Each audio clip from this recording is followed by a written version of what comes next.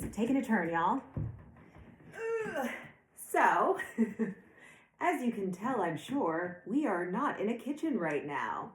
I am upstairs in my office / walk-in closet, and we are not going to be talking about Agnes's kitchen this evening. However, I did want to deliver on my promise for a new locale. So welcome to the tiny microscopic corner of my office that is currently not a mess cluttered by doom piles.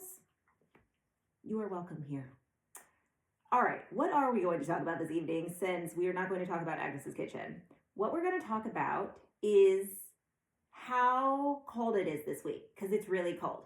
And I actually love winter, and I don't mind the cold, especially because I am learning the fine, mysterious art of layering well. However, Sphinx, my Mexican hairless, is not as charmed by the elements. And today, we reached the point where she is now no longer interested in going outside. And if our first winter here is anything to go by, then this is just going to kind of be the state of affairs until spring. So last year, what I did was I turned one of the spare rooms into a place that she could go to the bathroom. So I got reusable, like launderable, I'm not confident that that is a word, but I'm committing to it, pee pads, because I was like, oh my God, I'm just like throwing all of this plastic away. Let me just get something that I can reuse. Pugsley. And there in the former servants' quarters of the manor, there was a room that the previous owner was using as storage for just like excess Airbnb supplies, basically.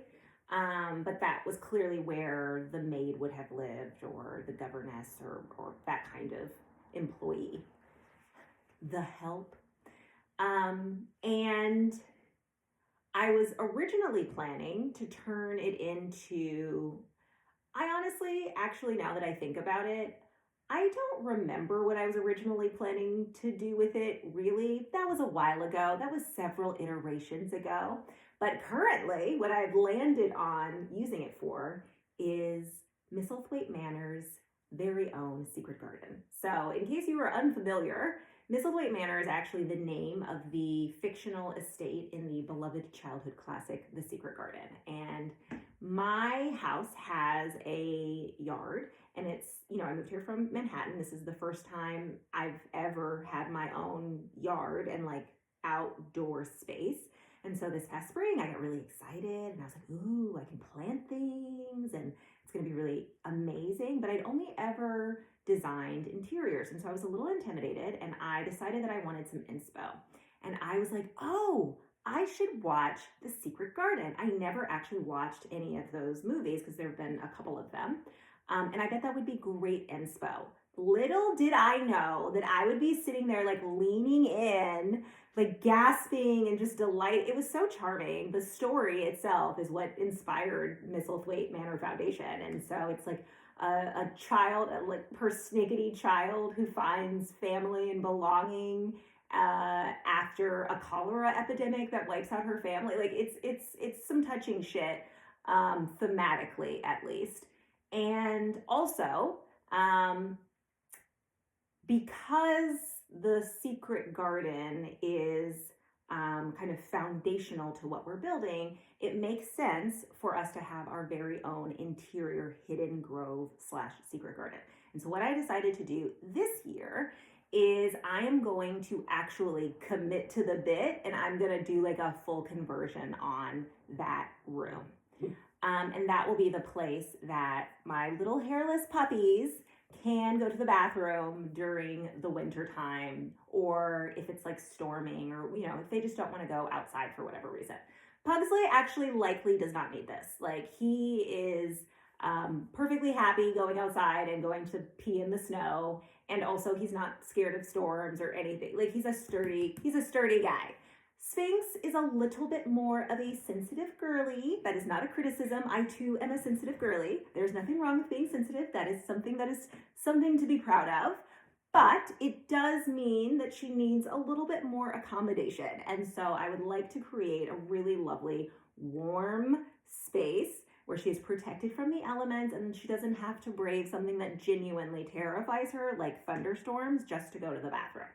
And so when I was in Manhattan, there was a period where I have really fucked up wrists, like really, really, really fucked up wrists. I've had chronic tendonitis for about a decade now, and there have been times where like my friends have hand fed me. My daughter has bathed me. Like this is not, things have gotten dark. And so, obviously that's, okay, it's all right. We're free now. We're free now.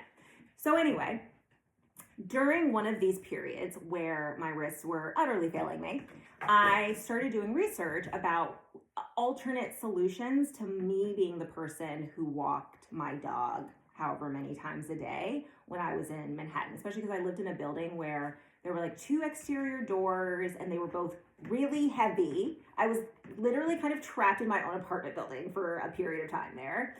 And then the building had one of those old elevators that one might find charming if one is not disabled. But once you realize, oh, I actually have to like pull that heavy ass metal door open just to use the elevator each time, like it was a problem. And so when I was researching alternatives that would allow me to make use of my classic New York City fire escape balcony, I stumbled across this service where they deliver sod. Really? I mean, I'm going to roll with it. They deliver like mats of sod for puppies to pee on and go to the bathroom on, either indoors or like what I was considering doing at the time when I was still living in Manhattan.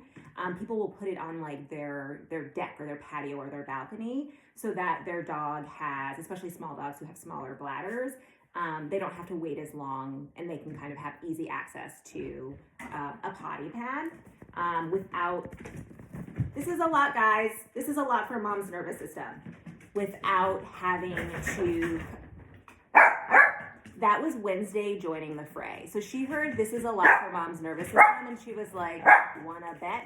Anyway, Sphinx, so much chaos, y'all. I will kick you out next time. So anyway, I'm just gonna put a pin in that and just start again.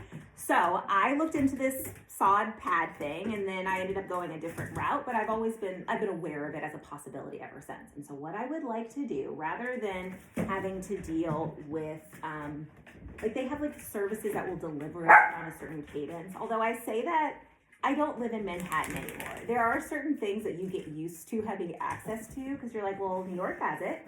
But that doesn't necessarily mean that it's going to be broadly available in the burbs. So I don't even know how feasible it would be for me to make use of a service like that currently anyway, but it's fine because I don't want to actually use that service. Growing sod is something that's like pretty easy to do and sustainable for me to do it. And so my plan is I am going to convert this room that Sphinxy Poo is already in the habit of using the pee pads in there. Rather than using pee pads, I'm going to set up some sort of hidden grove, secret garden situation where she can go to the bathroom and also I can go and sit in the dead of winter and feel a little touch of spring because I, have grow lights in there and maybe that's where I have my more delicate greenhouse flowers. Ugh, this is a lot, guys. Anyway, so that's the plan. That was already the plan, but I kind of thought that I had more time and I'm realizing that what happened, apparently it's much colder today than it has been. And I didn't notice because I am becoming the winter queen at layering. And so when Sphinx was just like, I'm not going out in that shit. I thought she was being, particular and I'm down for that. And so I was like, okay, whatever. But I think it actually is genuinely, we've reached a point where it's just like too cold. She's not willing to do it anymore. And so this project that I was planning on delaying until a little bit later into the season it's no longer, that's no longer a feasible plan unless I would like my dog to just like pee on my rug all the time. And shockingly, I don't want that.